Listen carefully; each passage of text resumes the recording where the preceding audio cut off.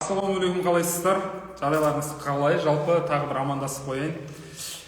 Даусым жақсы естіліп тұр ма? Ой, рахмет Гүлмира ханым. Түрім жақсы көрініп тұр ма? Интернет жақсы тартып тұр ма? Жазып кетсеңіздер. Жүрек постоянно шаншып тұрады, эпилепсияға байланысты ма? Жүректің шаншуы, эпилепсияңыз бар ма, жоқ па? Так, мені танитындар бар, жоқ. Танитындар болса, жасын танимын деп, танымайтындар болса, жасын танымаймын деп. Өзімді таныстырып кетейін. Бәрі тамаша дейді. Все, жақсы. Танитындар болса мені біледі, танымайтындар болса өзімді тағы қысқадан нұсқа таныстырып кетейін. Есім Айбылханов Бауыржан, дәрігермін, психосоматологпын, психологпын. Мен енді қосылдым. Вот, Қожа Мырса, атыңыз кім сіздің өзі? Мен танымайды екенмін. Есім Айбылханов Бауыржан, дәрігер, психосоматолог, психолог маманмын. Алла қаласа бүгінгі тақырып сырқаттар психосоматикасы, именно мына жерде көріп тұрғаныңыз бүйрек, қуық аурулары, простатит, импотенция, көз, құлақ, эпилепсия сырқаттарына тоқталатын боламыз. Мөлдір дейді. Все, мөлдір. Бауыржан мырза, келініме паническая атака дейді, не істеуге болады дейді. Майнұр ханымға или Гаухар ханымға жіберіңіз. Танитын дәрежеге жеттік. Күшті танысаңыздар жақсы. Алла қаласа бүкіл Қазақстан, бүкіл қазақ елі танитын деңгейге жетейік, иншалла. Жақсы, кеттік. Таныс болған болса, жалпы эфирді бастайтын болсақ, жазыңыздар, мына жерде қай сырқаттан бастаймыз, қай сырқаттан бастаймыз, жазсаңыздар болады, сосын бір шетімен жаймен кетеміз. Ассалаумағалейкум, қалайсыңдар? Уағалейкум ассалам. Жақсы, шүкір. Кеттік. Құлақ, мен де сізді енді қарап жүрмін. Жақсы, енді қарасаңыз. Көз, эпилепсия, құлақ дейді. Құлақ екі рет айтылды. Все, жақсы. Құлақтан бастайық онда.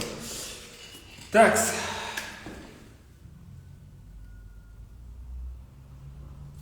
Құлақ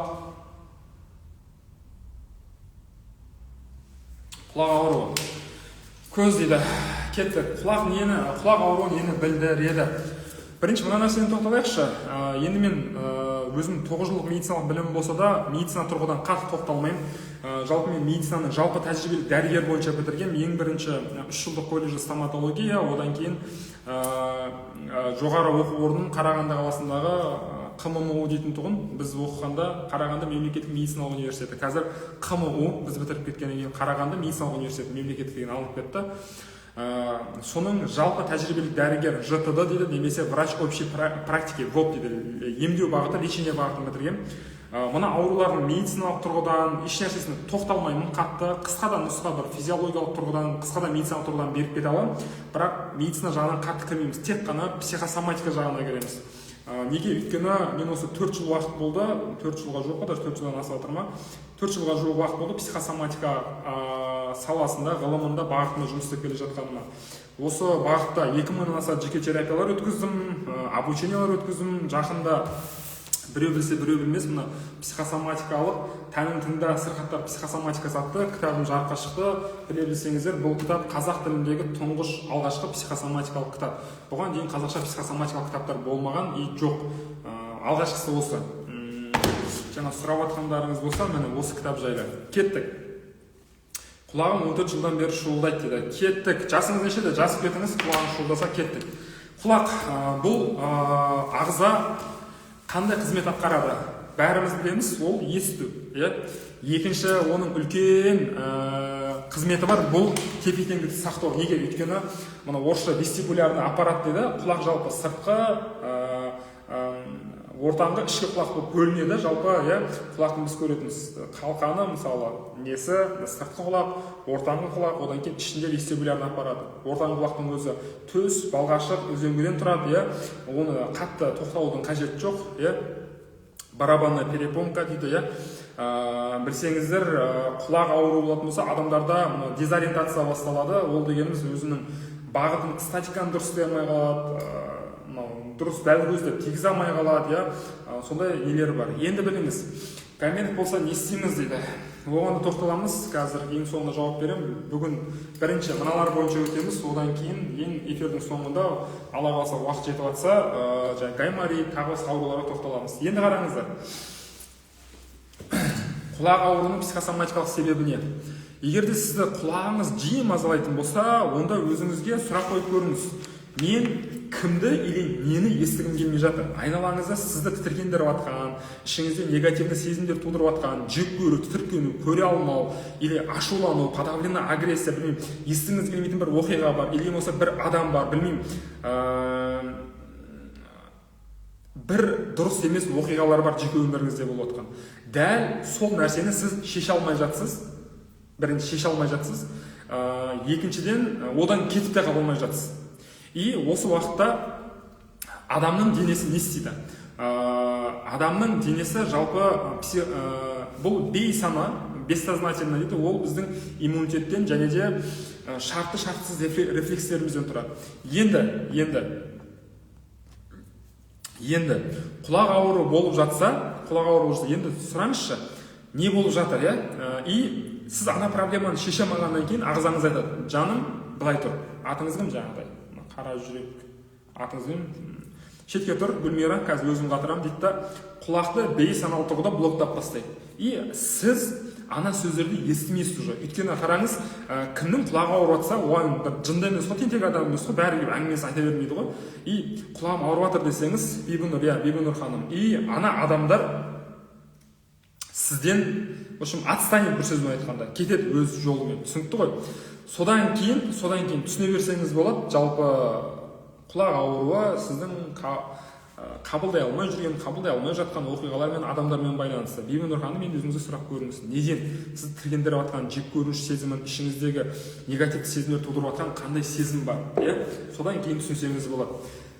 Кейін мына бір нәрсе, құлақ шуылдауы, ол бірінші қан қысымымен байланысты ауруларда болады. Екіншіден, орталық жүйке жүйесінің аурулары, мысалы эпилепсия болсын, солардан.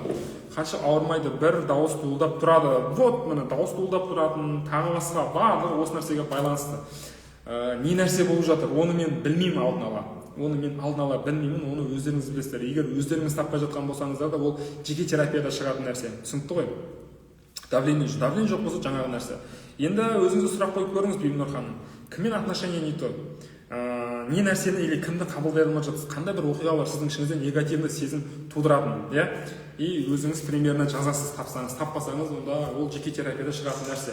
Енді құлақ ауруына тоқталдық. Енді айтыңыздар, қай ауруға тоқталамыз? Көз, эпилепсия болсын, бүйрек болсын, қуық, цистит, білмеймін. Кеттік.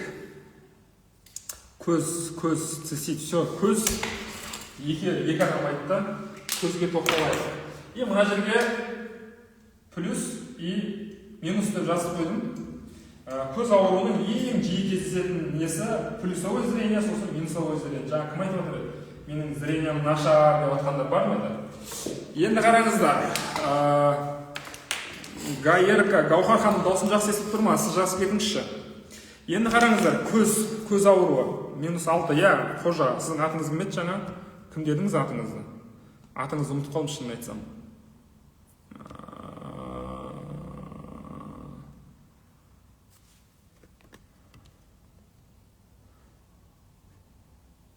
Мөлдір.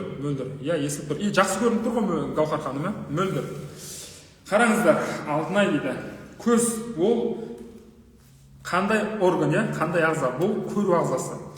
Біз бұнымен айналада реңді танып білеміз, жарық, қараңғы, жалпы бізге бір нәрсе жақындап келе жатыр, алыстап жатыр, барлығы. Еще бұл көз көптеген қызметтер атқарады, бұл көз, құлақ, жалпы бұлар сезім мүшелеріне жатады ғой. Енді қараңыз.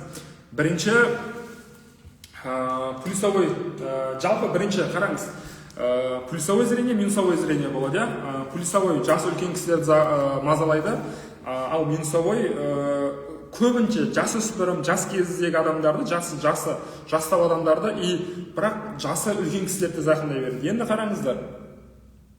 Көзбен байланысты мәселе болса, катаракта болса, білмеймін, зрение нашарлауы болатын болса, онда біліңіздер.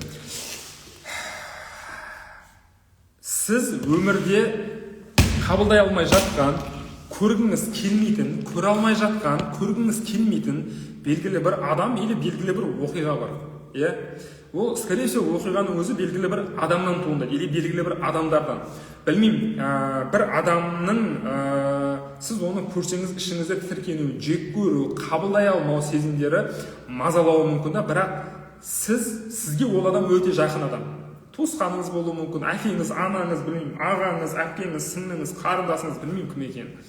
Сонымен байланысты бір оқиғалар бар, балалық шағыңызда өткен, бұрын өткен мүмкін реніштеріңіз бар.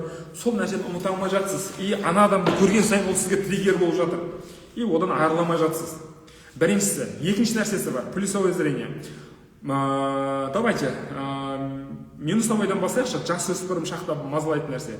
Жасөспірім бір 15, 16, 17, 18, 19, 20 жас, бір 25 жас. Бұл жаста адамдар несі жайлы ойланып бастайды? Бұл жаста адамдар өзінің болашағы жайлы ойланып бастайды. Болашақ жайлы ойланғанда ол адамдардың ішінде қорқыныш, үрей сезімі пайда болады. Түсіндіре алдым ба? Қорқыныш, үрей сезімі бастау қызында -6 дейді. Енді қараңыз, мына жерде мынандай нәрсе бар, Мөлдір ханым.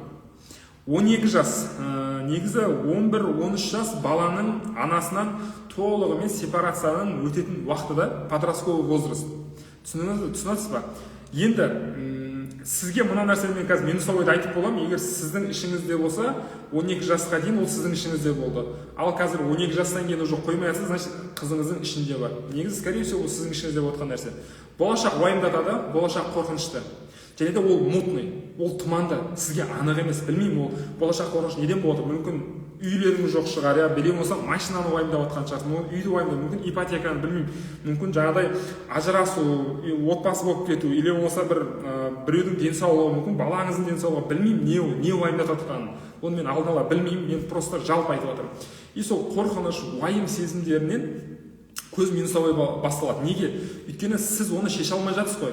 Сіздің психикаңызда барлығы миыңызда дұрыс болу үшін ағзаңыз бейсаналы тұрғыда ол көзін блоктап бастайды да, көрмеуге тырысады. Өткенде мен бір кісімен жолықтым, ол айтады: "Бауыржан мырза, мен минусовой кішкентай қыз кезімнен мазалайды" дейді да. Неге олай болды десем, мен оны психосоматика деп ойламаймын дейді да.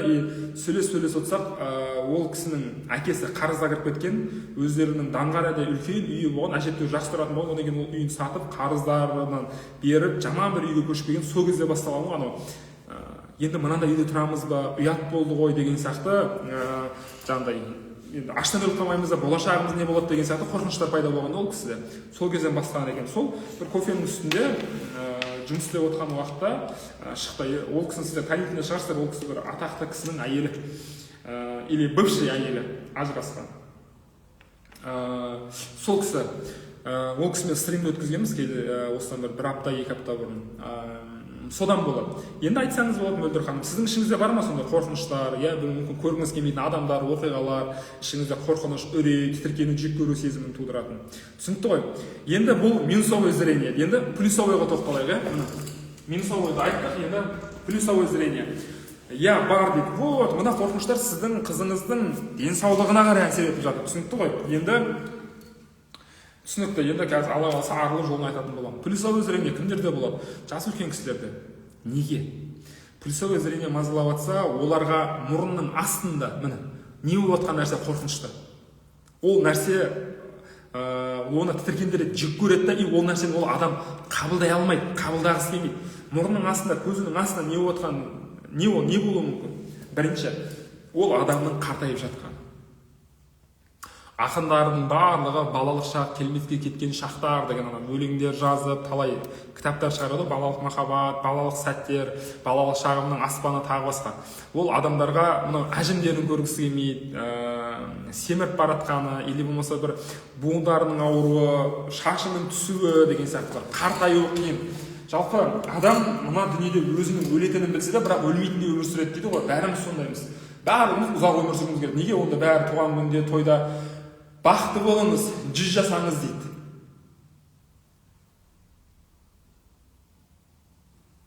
Мысалы, менде мектеп кезден басталды, түнімен телефон көріп, содан бұзылды басы. Одан да болуы мүмкін Гаухар ханым, әркімде әртүрлі нәрсе.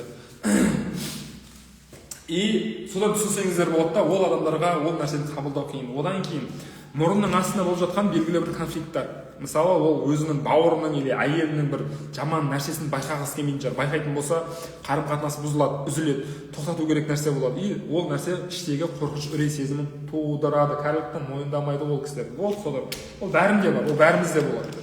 Так, түсінікті ғой. Енді көз кетті, құлақ кетті. Қай ауру жайлы айтамыз, таңдаңыздар. Бүйрек, қуық, простатит, импотенция, эпилепсия. Азғантай ғана қалды. Қазір алла қаласа сұрақтарыңызға жауап беремін стримнің соңында, эфирдің соңында. Кеттік. Бүйрек дейді. Жазыңыздар, мен анау нені айтам, именно қай ауру көбірек жазылады соны. Бүйрек дейді. Все, жақсы. 3 адам бүйректі айтты, 1 адам эпилепсия айтып жатыр. Бүйректе киста бар. Бүйректе киста болатын болса, киста ол өз алдына сырқат. Қазір женская одежда оптимум розница атыңызды білмеймін. Мұрын жайлы, киста жайлы, мұрын жайлы эфирдің соңында қоямын. Балқияқ адам женская одежда оптимум розница айтасыздар қазір. Қоясыздар сұраққа. Бүйрек ауру, қараңыздар, көптеген аурулар бар. Пилонефрит бар, табақша тостағаншылардың кеңеюі, паранефрит бар, бүйректің айналасындағы іш майларының азайып кетіп, атрофияланып кетіп, бүйректің өзінің деңгейінен төмен түсуі. Хотя адамның екі бүйрегі біреуіне сәл төмен тұрады, екінші жағына қарағанда. Бірақ ол именно бүйректі ұстап тұратын нәрсе, ол май. Егер адам қатты азып кетсе, бүйрегі түсіп кетеді. Ол паранефрит дейді. Сенбеймін дейді. Жақсы, сенбесеңіз. Так, кеттік.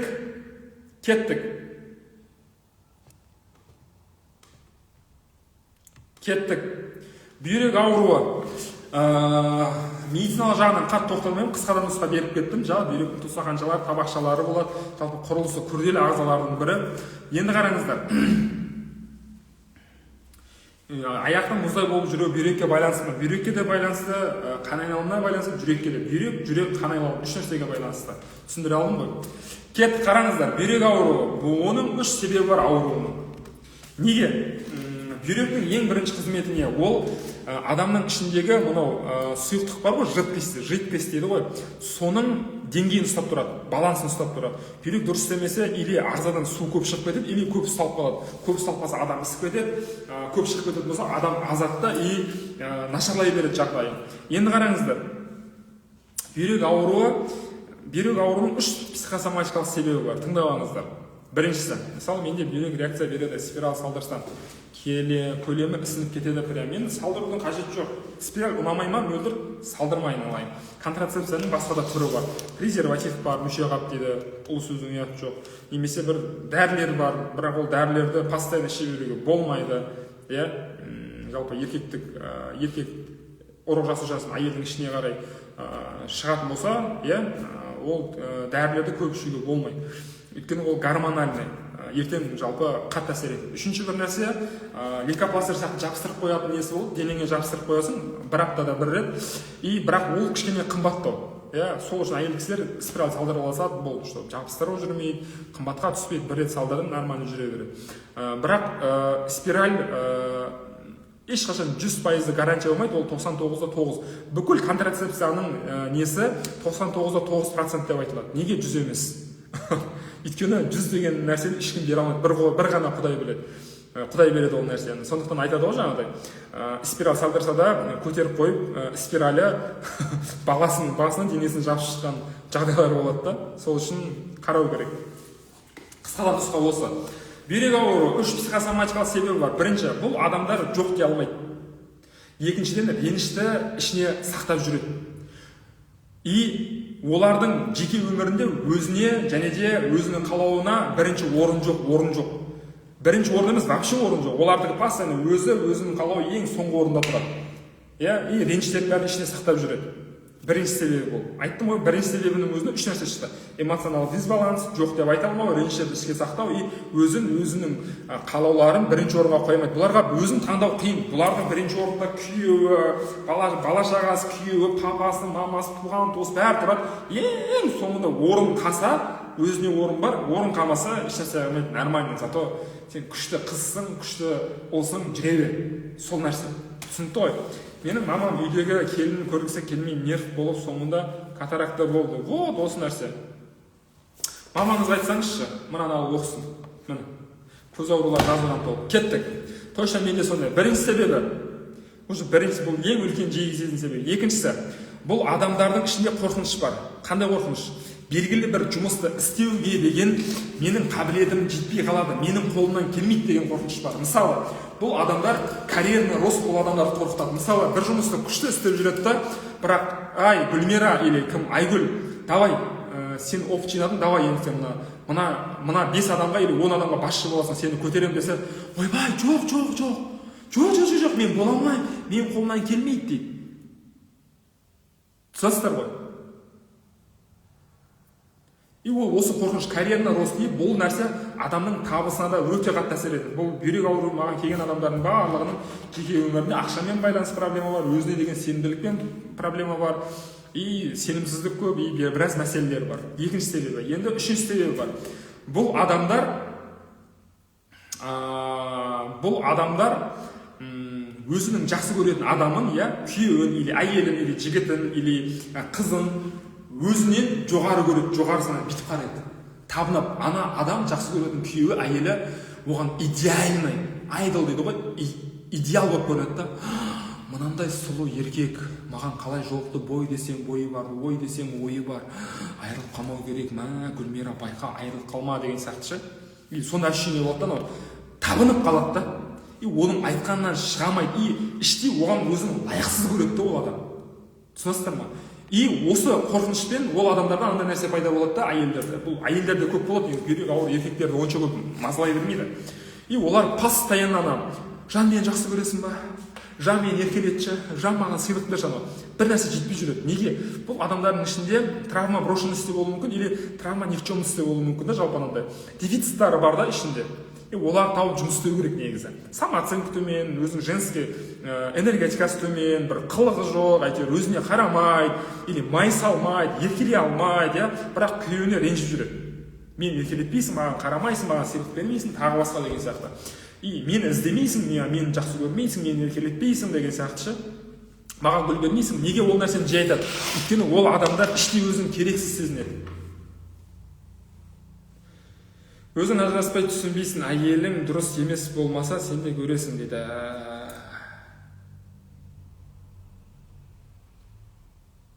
Мұнан түсінбедім, шынын айтсам. Білмеймін, мүмкін триггер деп жатқан шығар сізді. Білмеймін енді, не болып жатқан. Ойыңызды дұрыс жеткізуді үйреніңіз, или асықпай жазыңыз. Түсінікті ғой, осы нәрседен болады. Бүйрек ауруының үш себебі осы. Енді келесі қай ауру? Таңдаңыздар. Таңдаңыздар, қай ауру айтамыз?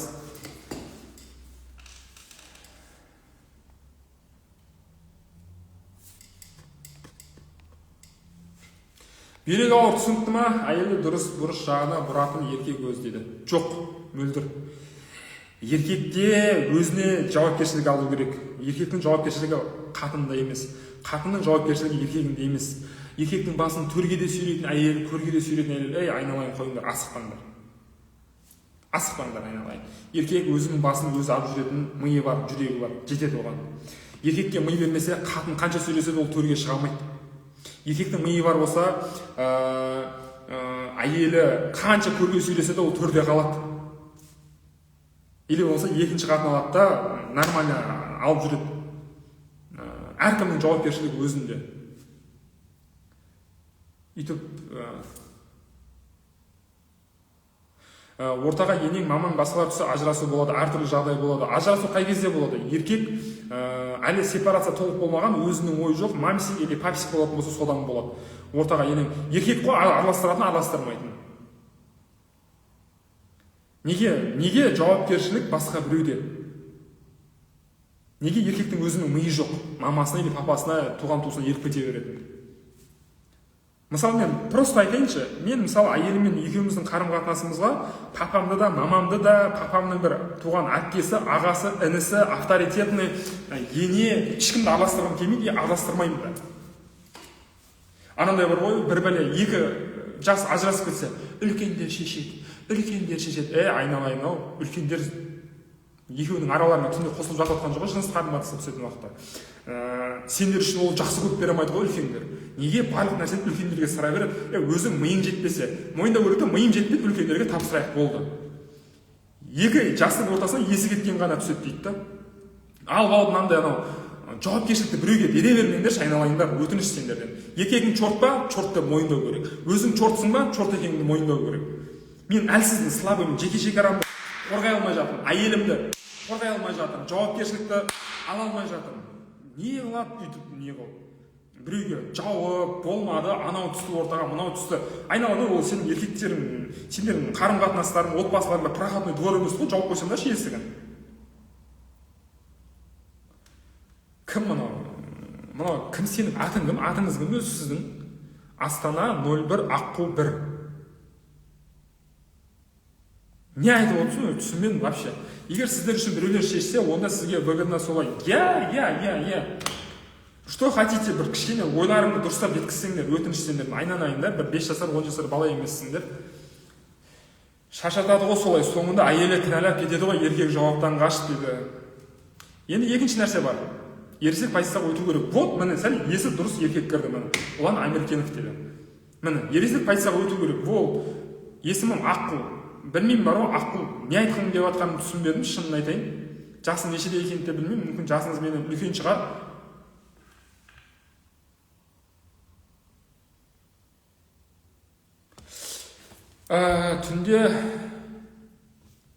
Түнде жеке қалғанда мамасынан, папасынан сұрамайды ғой, біз Ева жасайықшы деп дейді.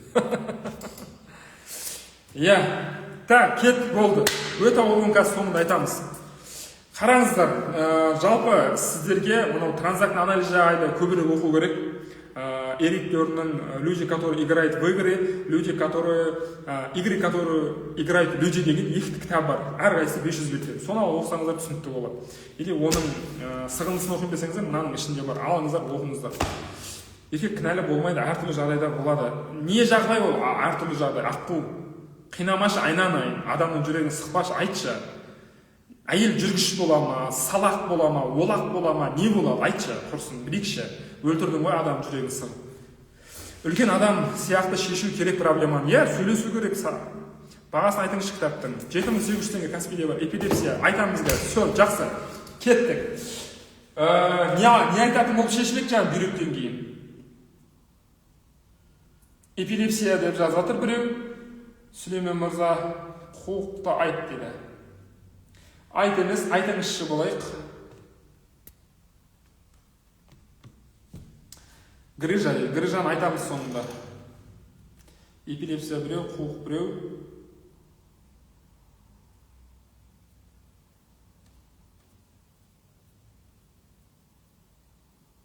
Эпилепсия, екеу, все, кетті. Эпилепсия. Эпилепсия. Тыңдаңыздар. Орталық жүйке жүйесінің ауруы. Тағы айтып жатырмын сол, ортаға енесі басқалар түседі. Еркек чорт болса әркімді түсіре береді. Қатын өзі анандай бір әлсіз, өлімсіреген біреу болса, ол да байымен дұрыс сөйлесе алмайды. Екі чорт қосылса бітті. Олардың ақшасы жиналмайды, қарызға біреуді беріп қояды, бірі екі болмайды, екеуі де жуас болады, әйтеуір бала шағасына көрінген ұрсады, жекейді, бітіш болады. Мен кішкентай болсаң бар айналайын, ұйықта бол, сағат 10 болды, аққу. Бар, аққуды атпа, досыңды сатпа дейді. Көкірек безі дейді. Жақсы, кеттік. Эпилепсия сырқаты нені білдіреді? Эпилепсия орталық жүйке жүйесінің ауруы, медициналық тұрғыдан мидың бір бөлігінде, мидың бір бөлігінде жалпы қозу басталады да, и ол ошақ примерно мына жерден басталып, жайлап таралып бастайды, и сол кезде жалпы адамның денесінде дірілдер, треморлар пайда болады да, ол есін білмей құлайды, аузынан көпіршік алуы мүмкін, есін толық жоғалтуы мүмкін, жартылай болуы мүмкін. Жасын толмаған мына аққудың мамасы бар ма? Не мынау кім туған бала шағаларына еге болмайсыңдар ма? Не мынау 18-ге 21-ге толмаған қыз не отыр менің стримімда? Бұл жерде кішкене плюс 18, плюс 20 әңгімелер айтылады. Аққудың мамасын іздейміз, клаш етекшісін іздейміз. Қай мектепте оқисың, Аққу? Ертең директорыңа звондаймын, Тугистан номерін тауып интернеттен. Жаз, Астанадансың ба, қай мектеп? Жаз номерін маған. тәрбие сағаттарын жүргізіңдер деп айтамын. Так, кеттік, эпилепсия сырқаты. Бұл адамдарда қандай мәселе болады? Бұл адамдардың өкініші көп өткен шағына. Және де өткен шағында, өткен өмірінде біраз өкіндіретін, шеше алмайтын біраз мәселелері бар. И ол оқиғаларға өзін кінәлі сезінеді. Біреулерді де кінәлайды, өзін де кінәлі сезінеді. И ол оқиғаларды ұмыта алмайды, и жібере де алмайды. Жіберу үшін ол сезімдермен жұмыс істеу керек бірінші. Түсініңіздер ғой. И ол жұмыс істемегеннен кейін өзін де кінәлап жүре береді. Енді қараңыздар. Оның өткен өкінішіне байланысты өзінің қателіктері көп қой. И ол қателіктерін, промахтарын ешкімге көрсеткісі келмейді. Сөйтеді да одан ұялады ол адам. Енді ол нәрсені көрсетпеу үшін не істейді? Ол адам ауырады. Себебі оны ауырса, ол адам ауыртпаса, ауру адамның қазақ постоянно көңіліне қараған, ой, қой, көңілі жарты, осы ұрыспау керек, өзі ауырып жүр, сауығып кетсін, айтпаңдар, үйтпеңдер, көңіліне қарай береді. Содан кейін ол вторичный выгода бар да, ол солайынан мынау қателіктерін, өзінің промахтарын, өкініштерін жасыруға тырысады. Түсіндіре алдым ба? И сонымен ол ауырады. Екінші, үшінші тұрғыдан ол адам өзін кінәлағаннан кейін өз-өзін қылқындырып жатыр мен. Дейді да, ошын қылқындырады постоянно. Неге? Эмоция бұл қылқындырғанда қолмен емес, эмоциональный давление бар да. Түсіндіре алдым ғой? Эмоциональный давление бар. Түсініңіздер ғой? И осы адам ең бірінші өзін кешіруден жұмыс істеу керек. Ең бірінші болған оқиғаларды прорабатывать ету керек, болған адамдарды кешіру керек, одан кейін өзін кешіру керек. Сол мәселелерден өту керек. Түсіндіре алдым ба? Алла қаласа сол нәрселерден өтсе, эпилепсия сырқатынан Алланың қалауымен арылады. Енді маған жеке терапияға келген көптеген адамдар бар, Аллаға мыңда бір шүкір. Бір адамдарға 2-3 терапия жеткілікті, бір адамдарға 4-5 терапия, бір адамдарға 1-2 терапия. Бірақ эпилепсия сырқаты, мысалы витилиго, псориаз аурулар сияқты оңайлықпен кете қоймайды. Мысалы ұйқы безінің аурулары оңайлықпен кете қоймайды, бауырдікі оңайлықпен кете қоймайды. Оларға біраз жұмыс жасау керек болады. Түсінікті ғой? Кеттік. Нақты эпилепсия деп қоймаған, знакомы бар деп магнезия салып кетеді. Все, жақсы. Отбасым бар дейді. Так. Эпилепсия түсінікті ғой. Енді қай ауру? Айтамыз, қай ауру, қай сырқат? Жазыңыздар, қай сырқаттан бастаймыз?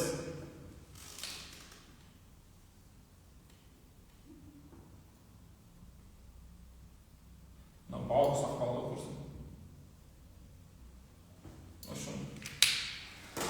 Хреновый. Хреновый суретші менен ошын. Так, құлық дейді, жазыңыздар. Сәлеметсіз, абы блокада неден болады балаларда дейді. Жүрек қоя, блокада деп атқаныңыз, е?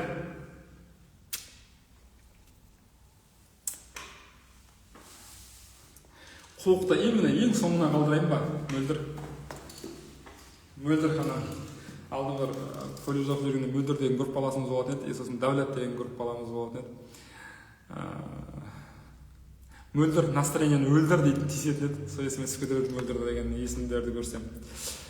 Жекеңізге жазылам онда. Жекеңізге жазылам деген жеке терапияға ма? Гүлмира ханым Жүсіпбекова. Сізде эпилепсия ма? Жаңағы нәрселер шықты ма ішіңіздегі? Иә дейді. Кімде ол? Жасы нешеде ол адам? Қанша уақыттан бері айтыңыздар. Мұрын мына жерде жоқ, бұрын соңында не қыламыз? Не болды? Қуық па? Давайте, не қалды өзі? Қуық, простатит, импотенция қапты. Енді импотенция мен простатитті айтыңызшы дейтін еркектер жоқ, еркектерде ондай дұқ жоқ, шын айтсам. Қатып жатырсыз, білмеймін, кімде қатып жатыр айтыңыздаршы. Енді білмеймін, менде мына екінші телефонымда актив номер қатып жатыршы. Білмеймін, интернет нашар болып жатыр. Теледіба жақсы сақтады. Қараңыздар, кеттік, қуық ауруы, ваши взяла. Қуық ауруының себебі гүлдог. Қараңыздар, кеттік, все. Біріншісі, подавленная агрессия. Ішіңізге жұтылған ашу ыза сезімі өте көп. Екіншіден, чувство унижения. Сіз өзіңізді униженная көп сезінесіз. Мүмкін күйеуіңіз, байыңыз, мүмкін жігітіңіз, или болмаса енеңіз, білмеймін, қайнатаңыз, білмеймін, кім сізді унижать етеді, или болмаса унижать еткен сияқты сезім болады сізде. Түсіндіңіз ғой? Екіншісі подавленная агрессия. Оны айта алмайсыз. Ол, скорее всего, байыңызға шығады 80-90%. Или болмаса байыңыздың бір туысқандары. Осы екі себептен болады қуықтығы. Түсінікті ма? Енді простатит пен импотенция. Дайынсыздар ма? Импотенция, мына нәрсені түсінейік. импотенцияның психосоматикалық себебі олар бірінші кезекте өз әйелдерін анасы сияқты қабылдап қалады. Қарым-қатынас уже анасы сияқты. И дене ол біздің бейсаналы, бессознательный, ол өзінің анасымен инцест жасағысы келмейді. Сөйтті ол не қылады? Блоктап бастайды. И потенция, либидо құлайды өзінің әйеліне. Түсініңіздер ғой? И ол еркекте бірақ басқа әйелге либидо шауып тұрады, аппетиті. Осы нәрседе болады. Түсініңіз ғой? Енді қараңыз. Екінші нәрсесі бар, бұл еркектерде не болады? Ол әйеліне ренжіп қалады. И солайынан әйелін жазалауға тырысады. Мен оған жақындамасам, ол жыныстық қарым-қатынасқа түскісі келеді, иттей болып келеді, менің қадірімді біледі деген сияқты нәрсе болады. Бірақ ол еркек оны өзі түсінбеуі де мүмкін, ол бейсаналы тұрғыда жұмыс істеп қалса, или подсознательно, или ол саналы түрде өзі де еркек түсінуі мүмкін. Түсініңіздер ғой? Импотенцияның психосоматикалық себебі осы. Енді простатит нені білдіреді? Бұл простатит жалпы еркектік энергияның түсіп кетуі. Мынау дегенде бұл сіз ойлап тұрған төменгі жақ емес, именно мына білектегі күш, бойдағы күшті білдіреді. Еркектер жалпы бір 40-50-ден кейін көп мазалайды. Неге? Өйткені болды, жасарымды жасадым, асарымды асадым, орта жасқа келіп қалдым, өмір өтіп кетті, жасы шақ артта деген нәрселер болды. Енді мен не істеймін дейді, әйтеуір огород жақты шұқалап жүре береді құры. Бірақ бітіріп жатқан бір жұмыс жоқ, негізі нормально. Сөйтті әйтеуір өзімен өзі жүреді. Ал одан простатиттен арылудың себебі просто өмірге жаңа көзқараспен қарап, жаңаша қарап бір өз алдыңа мақсаттарды қоя білу керек. Түсіндіре алдым ба? Сол кезде Алла қаласа простатит ауруынан арылуға болады. Түсінікті ғой? Түсінікті ма? Тетя, моя бала көрмеді дейді. Түсінбедім, Нұрай, вообще түсінбедім.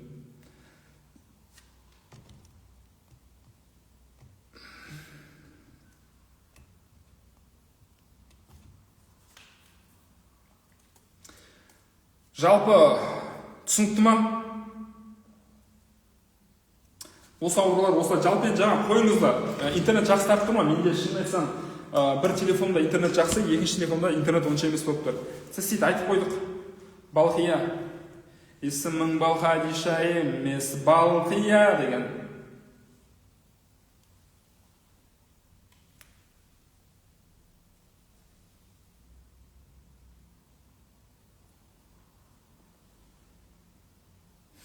Иә дейді.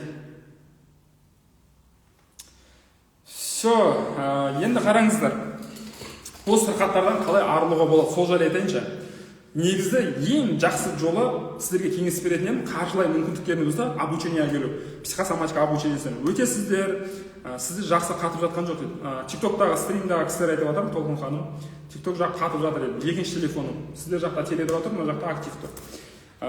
Егер осы сырқаттардан арылғыңыз келсе, психосоматикалық обучениеге келіңіздер. Сіздерге настоятельно рекомендую. Ал егер жоқ, психосоматика обучение қымбат екен десеңіздер, ең болмаса мына кітапты алып өздеріңізбен жұмыс жасаңыздар. Міне таным тыңдар кітабы, осы аласыздар, өздеріңізбен жұмыс жасайсыздар. Өт туралы айтыңыз дейді. Енді өт туралы қазір TikTok өтсеңіздер болады, сол жақта жасаймыз. Инстаграмды мен өшірем. Ал осы стримді қайта записін көргіңіз келсе, неге өтіңіздер, YouTube-қа өтіңіздер, Алла қаласа ертең кешке салынады. Все.